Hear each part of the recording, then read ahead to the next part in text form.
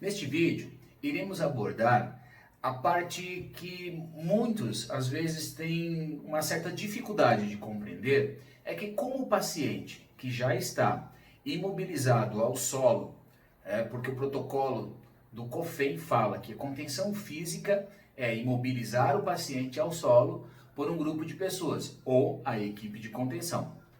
E a dúvida para muita gente é como o paciente que já está imobilizado ao solo consegue sair, consegue se desvencilhar dessa imobilização que está no solo. Tem alguns fatores que são importantes, mas dois deles acabam definindo bastante a questão da saída dessa imobilização. Que a gente vai falar que são os braços, né, e os ombros e o quadril. Então, o protocolo fala que precisa, no momento de uma contenção prescrita por um médico ou num caso de emergência por um enfermeiro, o protocolo ele segue segurar firmemente a pessoa no solo para que ela se acalme ou a prescrição do medicamento conforme a necessidade. Ao segurar o paciente no solo, nós temos alguns fatores. Ele deve ser em decúbito ventral ou em decúbito dorsal. A possibilidade de agressões aumenta quando a pessoa está à frente. Atrás, a possibilidade diminui bastante. Então, por que preferimos levar e conduzir o paciente em decúbito ventral ao solo?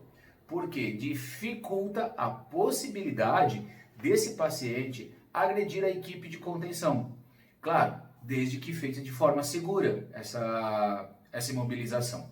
O nosso método, Health Security, ele preconiza a posição mais importante, que é a posição do tronco, que vai conduzir o paciente ao solo, tem uma técnica bem específica, procurando conduzir o paciente, não derrubá-lo de qualquer forma ao chão, e é claro, estabilizar a cabeça.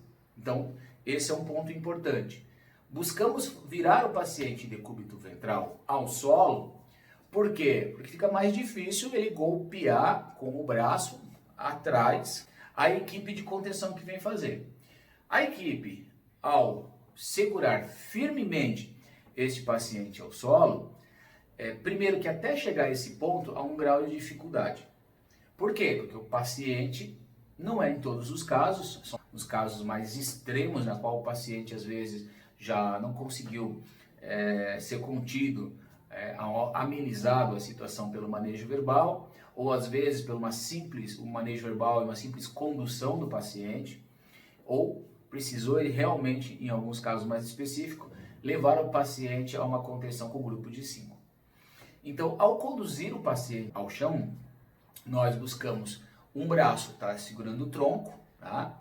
O tronco e até o braço da pessoa, e a outra mão a cabeça. Então, um dos braços do paciente dentro do nosso método, quando a gente vira em decúbito ventral, ele pode colocar essa mão no chão, impedindo, como se não quisesse virar de barriga no chão, de frente, decúbito ventral. E aí a importância da outra pessoa que vai imobilizar o braço, rapidamente buscar esticar o braço desse paciente, para que esteja os dois braços, se possível, esticados na linha do ombro. E aí um detalhe importante, que agora é um diferencial.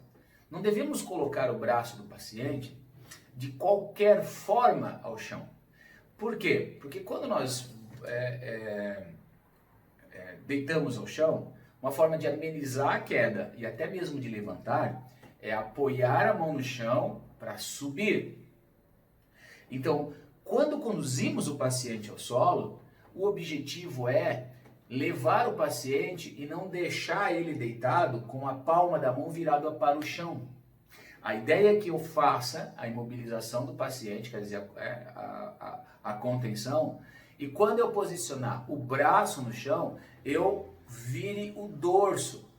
Por quê? Porque dentro da biomecânica, né, eu consigo gerar menos força com esse movimento de pronação. Esse movimento de rotação, né, de pronação, faz com que o dorso da minha mão fique no solo. Então, não é confortável, não é fácil você apoiar o dorso da mão e subir. Então, isso gera um grau de dificuldade na contenção. Quando a equipe realiza dessa forma, a contenção ela fica muito mais segura de ser feita, possibilitando que o paciente reaja menos. Quando a pessoa que segurou o tronco, segurou a cabeça, conduziu ao chão, rapidamente, se o paciente tiver o reflexo de botar a mão no chão para não querer virar de frente de decúbito ventral, a pessoa que vai estar segurando os braços rapidamente precisa puxar esse braço e posicionar os dois braços com a palma da mão voltada para cima. Esse é o grande diferencial. É claro que é importante também frisar que às vezes é natural que a pessoa não deixe esticar o braço. Ela tende a manter os braços próximo do corpo. Dentro da imobilização, quando os dois braços estão próximos do tronco, existe uma dificuldade, de mobilizar esse paciente, porque é como uma flexão de braços. Se ele apoiar as duas mãos estão aqui. Se ele apoiar no chão, ele consegue elevar o tronco. Aí vem uma situação que muitos, às vezes, não gostam da ideia, porque ela pode, às vezes, piorar o quadro do paciente, né? Ele ficar mais nervoso, mais estressado. É que a pessoa que estabiliza o tronco, ela está deitada nas costas do paciente, então existe um peso que não vai ser tão fácil o paciente levantar apoiando as mãos no chão. Porque existe a pessoa que está estabilizando o tronco, ela está protegendo a cabeça do paciente para que ele não dê cabeçada no chão, mas essa estabilização é feita com essa pessoa da equipe de contenção deitada sobre o paciente. Isso dificulta, com certeza, com que o paciente levante. É claro que a equipe de contenção precisa estar treinada e muito bem treinada. Às vezes uma das coisas que eu brigo, né, assim, chamando a atenção para que a equipe esteja bem ciente e concentrada, é a questão de procurar serviço. Tipo, eu sou do tronco da cabeça, eu sou do braço, sou da perna, da perna. Não existe posição fixa. Depende, se o paciente vira, se quem está mais próximo do braço, quem está mais próximo da perna.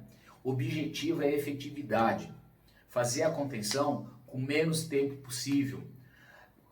Realizando essa contenção com menos tempo possível faz com que o paciente ele se debata menos para tentar fugir.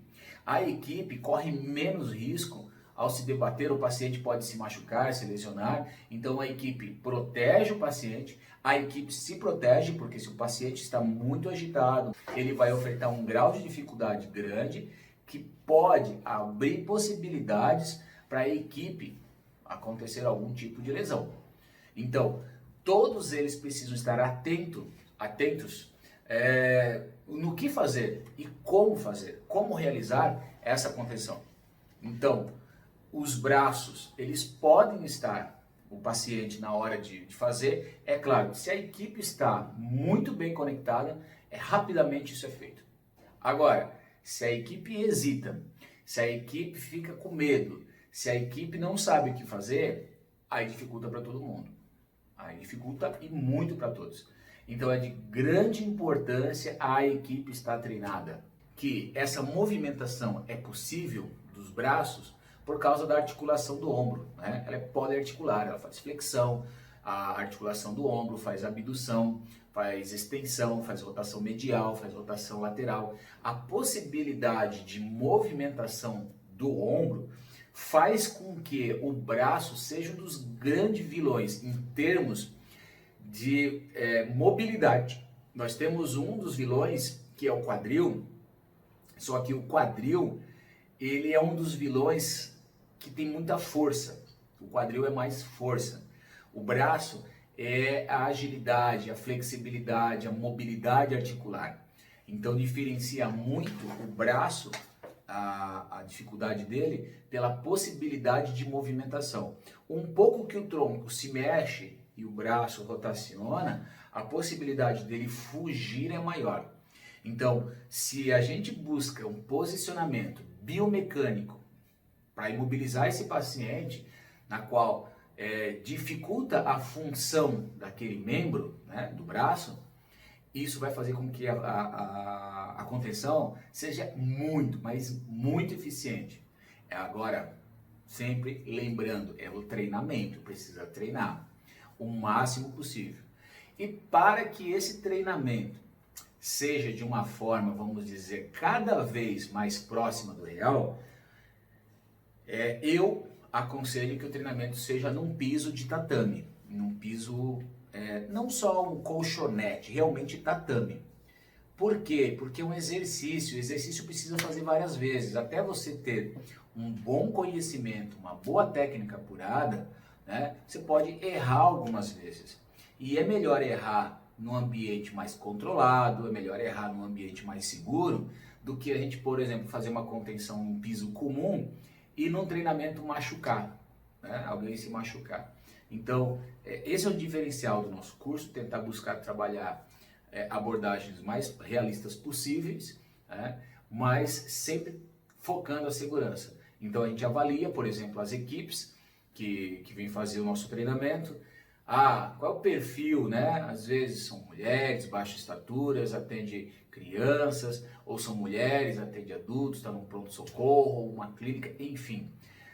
Se é homens ou mulheres, a gente analisa e fala assim, gente, a gente vai começar o treinamento dessa forma e vai evoluir para essa e essa outra forma, tá? Preservando a integridade, cuidado. Um dos fatores como, por exemplo, atividade física, você trabalhar o seu corpo muscularmente, alongamento, flexibilidade, mobilidade articular, isso facilita e diminui muito a possibilidade de lesões. Então, é comum às vezes para as pessoas que não têm ideia, por exemplo, de como realizar um treinamento, eu já ouvi isso porque pessoas assim, tipo assim, antes de fazer o teu curso, a gente estava tentando fazer a contenção e tive um estiramento, né? Então, uma ruptura de fibras musculares. Teve uma lesão parcial ligamentar. Então, é claro, imagine uma pessoa fazendo força para não querer ser contido e um grupo de pessoas querendo conter. As lesões ortopédicas podem ser inúmeras. E é claro, o objetivo, como é algo difícil, e a gente fala que a contenção é a última coisa que deve ser feita, o manejo verbal, tentar ter conhecimento, trazer o paciente para a realidade e buscar se trabalhar isso para que evite realmente a contenção física, mas se for necessário, a equipe toda está preparada e treinada para isso. É importante a gente saber os prós e contras. Então, muita gente que às vezes busca, sem orientação, realizar sozinho a contenção, já houve casos de pessoas que se machucaram.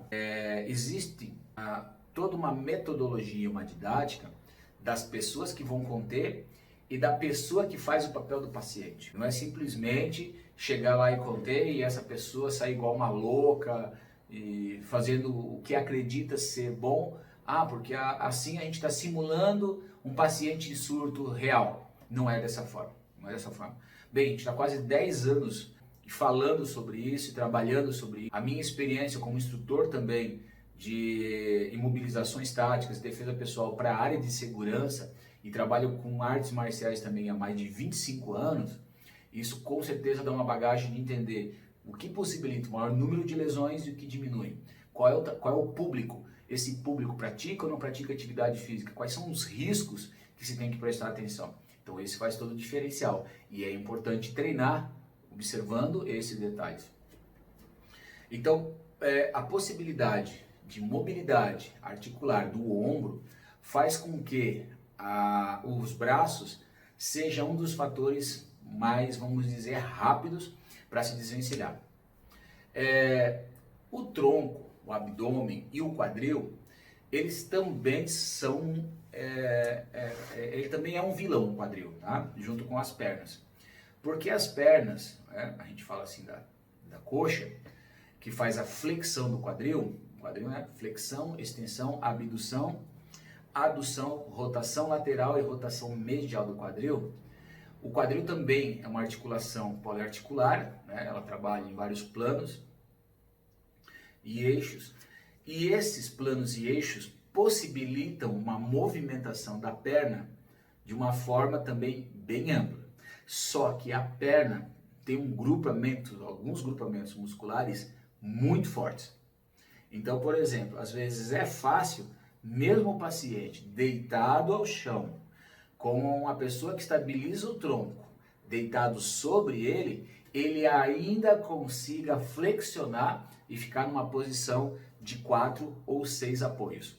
Por quê? Porque o quadril é muito forte. O músculo flexor do tronco abdominal. Então, um dos fatores vendo a importância de trabalhar o paciente em decúbito ventral, né, impossibilita o paciente de chutar com mais facilidade, porque assim ele pode tentar chutar para trás, mas é mais difícil, ele não consegue puxar a perna à frente para chutar para trás, porque as coxas estão encostadas no chão. Então fica difícil dele chutar, mas ele vai ficar se debatendo e as pernas são muito fortes. Então, é claro, a equipe de contenção, as pessoas que vão segurar as pernas, precisam não somente segurar as pernas, elas precisam como se sentassem, né, sobre as suas próprias pernas e em cima da perna da pessoa. O objetivo de fazer isso é usar o peso corporal. O peso corporal é muito mais eficiente do que usar minhas mãos. Até porque nem todos da equipe são pessoas grandes e fortes. Nós temos pessoas, às vezes, com portes físicos menores, né? Essa é a realidade. Às vezes, dentro de um pronto-socorro, de um hospital, enfim, às vezes acaba tendo pessoas de menores portes, né? Naquele ambiente trabalhando e que vai ter que fazer a contenção se for preciso. Então, usar o peso corporal é mais inteligente. Ah, mas o paciente pode sofrer. O paciente já está sofrendo. Quando ele está em surto, ele já saiu do seu equilíbrio mental, sua saúde, e querendo ou não é um pequeno sofrimento. Então, assim, entenda que ninguém em sã consciência vai conter alguém e colocar a sua vida em risco. Por isso que a contenção é tão difícil. Primeiro que as pessoas não têm conhecimento, não têm uma técnica apurada e não treinam. Então, tem medo de conter paciente? Tem medo sim. A maioria tem medo. E qualquer um teria medo. E tudo bem, sem problema algum. Não fique envergonhado se você tem medo de fazer contenção física de paciente. Paciente, foi feita a abordagem, por que não deixamos? Às vezes algumas pessoas falam, é muito mais fácil levar o paciente e deixar em decúbito dorsal. Tá? Costas voltadas para o chão e com a parte da frente voltada para cima. Gente, é a possibilidade de agredir a equipe. Chutes na região do joelho. Você imagina a pessoa que está sentada ao chão, a possibilidade dela estar esticando a perna, chutar um joelho, romper o ligamento, né? Colateral medial, ou lateral, o ligamento cruzado, o anterior, o posterior. Você imaginou?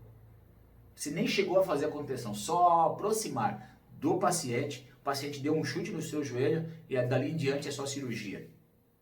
Então, é claro, toda a abordagem dentro do nosso método Health Security, olha, eu volto a frisar, o objetivo não é só ensinar a contenção física, mas tem que ser algo que busca cada vez mais refinamento. É uma evolução, é um aprimoramento, é um estudo. Cada caso que foi feito, a gente busca estar estudando, cada caso que chega até a gente, cada dificuldade que cada grupo teve, em qualquer lugar que teve do país que a gente ministrou o treinamento, como é que foi? De que forma aconteceu? Quais foram as dificuldades? O que foi mais fácil? O que foi mais difícil? Então, isso fez com que o nosso método tivesse essa facilidade de contenção. Eu digo isso porque a gente já chegou a diminuir o tempo da contenção absurdamente. De 2 minutos para 30 segundos, 20 segundos. Teve a condição mais rápida que foi feita num curso que nós realizamos, foi em 9 segundos. E eles levaram quase um minuto e pouco. Então, com certeza técnica, estratégia, para fazer essa abordagem e treinamento. Então, é possível. Por isso, que não é que nós não gostamos ou não achamos conveniente conduzir o paciente de decúbito dorsal, é porque ele oferece mais risco à equipe de contenção. E o nosso objetivo do nosso curso é contenção física terapêutica de pacientes em surto e vou frisar, e proteção. A proteção da equipe, como que o pessoal da área da saúde fala, né? Socorristas, bombeiros, cena segura. Enquanto a equipe não estiver segura, ela não vai fazer a contenção. Como eu falei, ela tem medo, ela tem família, ela tem trabalho, ela tem as suas contas. Às vezes a pessoa que tem um familiar que tem a necessidade de um atendimento de saúde mental, que liga para o bombeiro, para o SAMU, né, para a organização que vai dar esse apoio, ela às vezes fica indignada porque essa equipe, às vezes, na abordagem, meio que faz uma abordagem um pouco mais incisiva, parece que está machucando o paciente, ou demora para vir, não atende, diz que foi, mas não foi. Por quê? Pode existir diversos fatores, pode existir fatores como a unidade móvel, enfim, aconteceu um outro atendimento emergencial, mas muita gente tem receio de fazer a contenção. Por que eu vou fazer esse curso então? Porque não tem como fugir, gente. Se você não for chamado para fazer esse atendimento, ele pode acontecer dentro do seu ambiente de trabalho. E aí, de repente, o cenário mudou. E como é que faz? Nos chega terapeutas às vezes que dizem assim, eu estava fazendo um atendimento, um desenvolvimento de uma atividade, o paciente surtou e eu não sabia o que fazer. A contenção física vai ser algo, daqui a algum tempo, tão comum, que as pessoas, um conhecimento tão comum, por quê? Porque cada vez mais as pessoas estão entrando em crise por problemas psicológicos, problemas corriqueiros do dia a dia. As pessoas estão perdendo o seu equilíbrio emocional pela ansiedade, pelo estresse, pelas cobranças que está tendo aí, e isso está aumentando muito os quadros de pacientes pacientes com algum tipo de transtorno mental. Então, o motivo de a gente levar o paciente em decúbito ventral é diminuir o risco para a equipe de contenção. Bem, como os músculos da cintura pélvica, né, pernas, quadril e o tronco, o reto abdominal, o músculo reto, os músculos laterais, oblíquo, transverso do abdômen, quadrado lombar, os músculos rotadores do quadril, flexores, extensores, se a gente for falar lá, ilio-pessoas, sartório, glúteo médio, piriforme, glúteo máximos, né, isquiotibiais. Gente, são músculos muito fortes. Então, ao conduzir o paciente em decúbito ventral, é importante que a equipe rapidamente não vá segurar a perna. Use, até tenho alguns vídeos anteriores que eu já expliquei como fazer isso, aproxime usando a sua perna e busque não ajoelhar em cima da perna do paciente, mas como proteção, rapidamente sentar colocar a perna do paciente entre as suas duas pernas e usar o seu peso corporal. E digo, em alguns casos, o paciente consegue levantar o seu peso fazendo uma flexão de joelho. Os isquiotibiais fortíssimos. Algumas pessoas têm essa musculatura muito forte. Então, deve-se evitar com que o paciente flexione o quadril. O máximo que devemos estar trabalhando é tentar colar o paciente ao solo. Ele vai tentar subir o quadril e eu vou tentar evitar. Então eu preciso puxar essa perna. Quando o paciente tentar subir, lembrando que quem estabiliza o tronco está deitado em cima dele, protegendo a cabeça para que ele não bata a cabeça no chão, não venha lesionar a face, ter um traumatismo na área frontal do crânio, não tanto, mas temporal. E a gente precisa ter essa consciência. Então tem um que está estabilizando o tronco e a cabeça. E dois estão estabilizando os braços. E nós vamos ter a pessoa que vai estar estabilizando as pernas, as duas pessoas que estão estabilizando as pernas. Então elas devem evitar com que ele flexione o quadril. Então as duas pessoas devem estar atentas para usar o seu peso corporal, que é muito mais fácil do que usar a força do braço. Por isso que as abordagens que averiguamos é que usar o peso corporal desgastava menos a equipe do que tentar segurar somente com o braço. Tá? O cansaço é extremo. Quem não pratica atividade física, a gente vê assim a pessoa com muita dificuldade de respirar, um cansaço muito grande, porque é um exercício físico, né? bem acentuado. Então, temos lá a pessoa que está segurando o tronco, está deitado em cima, estabilizando a cabeça. 2, buscando dentro de uma biomecânica, fazendo com que o braço seja desfavorável biomecanicamente para que se eleve o tronco. As pessoas que estão segurando as pernas buscam sempre puxar, evitando. E aí vale um detalhe, elas podem contribuir usando as mãos para empurrar o quadril ao solo, para que esse paciente fique imobilizado ao solo. A ideia é totalmente restringir a movimentação desse paciente para que ele se acalme.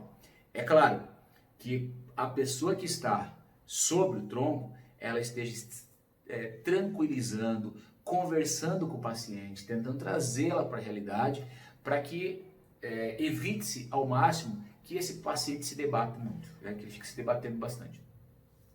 Então a pessoa que está contendo o tronco e a cabeça está constantemente conversando, tentando acalmar esse paciente. É importante que o grupo se comunique durante a contenção, para que a pessoa do tronco saiba o que está acontecendo. Ó, braço ok, braço direito ok, braço esquerdo ok, perna direita ok, perna esquerda ok. Ó, a perna direita ainda está solta. A comunicação é importante. Dentro da área de segurança isso também é importante, né? Por exemplo, quando está sobre algumas situações de fogo, avisar o colega que está se movimentando, né, pedindo cobertura. Dentro da área da saúde, a contenção ela também tem que ser verbalizada. Ó, tá contido, o tronco tá ok, braço direito ok, perna esquerda ok. Para que a pessoa, às vezes, do tronco que não está vendo o que está acontecendo lá atrás, possa ter uma ideia da contenção e tá falando, não, mantenha calma, não faça isso, não chute, não soque e tal. Para que possa cada vez mais tranquilizar e diminuir essa situação do que o paciente fique muito alterado. É importante lembrar que cada caso é um caso. Ah, mas se eu sou pequeno, o paciente é grande. Gente, no meu olhar, o treinamento é essencial. O treinamento possibilita isso, que a gente treine com diversas pessoas. E a metodologia com que é feito esse treinamento deve potencializar o aprendizado. E não fazer um tipo de treinamento, de abordagem, na qual aumente a possibilidade de lesão e que faça com que as pessoas fiquem com medo de conter o paciente. Então, ela tem que ser uma metodologia gradativa, tanto da equipe como da pessoa que faz o papel do paciente. Dentro dessa forma, há um crescimento da equipe. Precisa ter um planejamento de treinamento para que a coisa aconteça. E nós estamos falando da contenção, né, respeitando as orientações, tanto do Conselho de Enfermagem e o Conselho de Medicina, que regulamentam a forma da contenção, como ela deve ser feita, e os profissionais que devem realizar isso. Muita gente às vezes fala assim, mas existe dentro dos hospitais e clínicas um agente da segurança, um agente privado que está ali para fazer a segurança. É importante lembrar que, em alguns casos, essa pessoa é contratada para manter a segurança da estrutura física do local. Não faz o papel de contenção do paciente. Mas o profissional ele tem treinamento. Vou ser bem sincero, tem inúmeros vídeos na internet, não preciso nem colocar aqui, de pesquisar de profissionais da área de segurança tendo dificuldades de conter uma pessoa. E vale lembrar que essa contenção que às vezes o policial faz, ou agente de segurança, privado, enfim, ele não está trabalhando com paciente psiquiátrico. Né? O paciente psiquiátrico, dependendo da situação, aumenta a força dele 2, 3, 4 vezes mais, 10 vezes mais a força dele. Uma moça, uma mulher de 50, 60 quilos, 4, 5 homens não conseguem segurar. Então dizem que a grande dificuldade mais é preciso ter treinamento. É claro, por exemplo, que a gente fala às vezes que existem pacientes que surtam por causa do efeito de drogas. A droga também faz com que ele não sinta dor. E aí é um grau de dificuldade desse paciente que, naquele momento, está fora da sua consciência por uso de tóxico. E hoje ele é tratado como um paciente com algum tipo de transtorno mental, naquele momento. Se ele vai, por exemplo, para uma clínica, para que no momento da abstinência dele do uso de drogas, e no momento que ele está usando a droga, ele não está, às vezes, em plena consciência, mas ao passar o efeito ele está. Então existe um risco também, né, dessa situação. E a equipe precisa ser treinada em inúmeras situações, com inúmeras proporções corporais, né, a proporção do corpo, simular pacientes com várias estaturas, pessoas com vários tamanhos, pessoas mais magras, mais sobrepeso, para que a gente sinta o grau de dificuldade. E é claro, com uma metodologia e uma forma que venham agregar valor à equipe. De forma alguma o treinamento deve ser para testar a equipe. Por quê? Mas o teste. Não, faça para agregar conhecimento. Se você treinar, com certeza você vai evoluir. O sucesso só acontece se você tiver o conhecimento e estiver treinando. A pessoa, ela faz algo muito bem feito, ela acaba tendo um grande sucesso quando ela segue 3 princípios: conhecimento, habilidade e atitude. Então ela é competente, ela tem essa competência de fazer algo muito bem quando ela conhece o assunto, quando ela tem a habilidade, faz aquilo com uma certa desenvoltura e realmente tem a atitude de fazer. Isso faz uma grande diferença dentro da contenção física. Então hoje o assunto abordado foi a questão da fuga através dos braços e principalmente também do quadril, que dificulta bastante a imobilização do paciente ao solo pela equipe de contenção, ok? Então espero que vocês aproveitem bem esse material, estudem, vejam os outros vídeos que também vão agregar bastante valor. Não se esqueça de inscrever-se aqui embaixo no nosso canal no YouTube, clica no sininho para receber as notificações quando a gente publica os vídeos aqui, acompanhe. Eu tenho certeza que muitos profissionais estão assistindo esse material. Peço aos amigos que compartilhem isso, essas informações, para ajudar outros profissionais. Eu sei da grande dificuldade, eu tenho às vezes um pedido grande para realização de cursos em diversos lugares no país, mas acaba a logística da distância e tudo mais ficando difícil. Então a internet hoje acaba ajudando e muito. Esse material é um material rico, que está agregando valor, e compartilhe, porque a gente está dessa forma ajudando inúmeras pessoas, não só os profissionais que estão realizando a contenção, mas aos pacientes também, às famílias desses pacientes. Quem sabe a gente pode até estar salvando uma vida. Então não deixe de compartilhar essas informações. Nós temos nosso canal no Instagram, Contenção de Pacientes, nosso e-mail, contençãodepacientes@gmail.com, tem no Facebook também, Contenção de Pacientes Health Security, tá? Health Security em inglês, né? Saúde e segurança. Então esse é o nome do nosso método. E, por favor, compartilhe, espalhe essa informação para que a gente possa ajudar bastante pessoas. Um grande abraço e até logo. Tchau, tchau.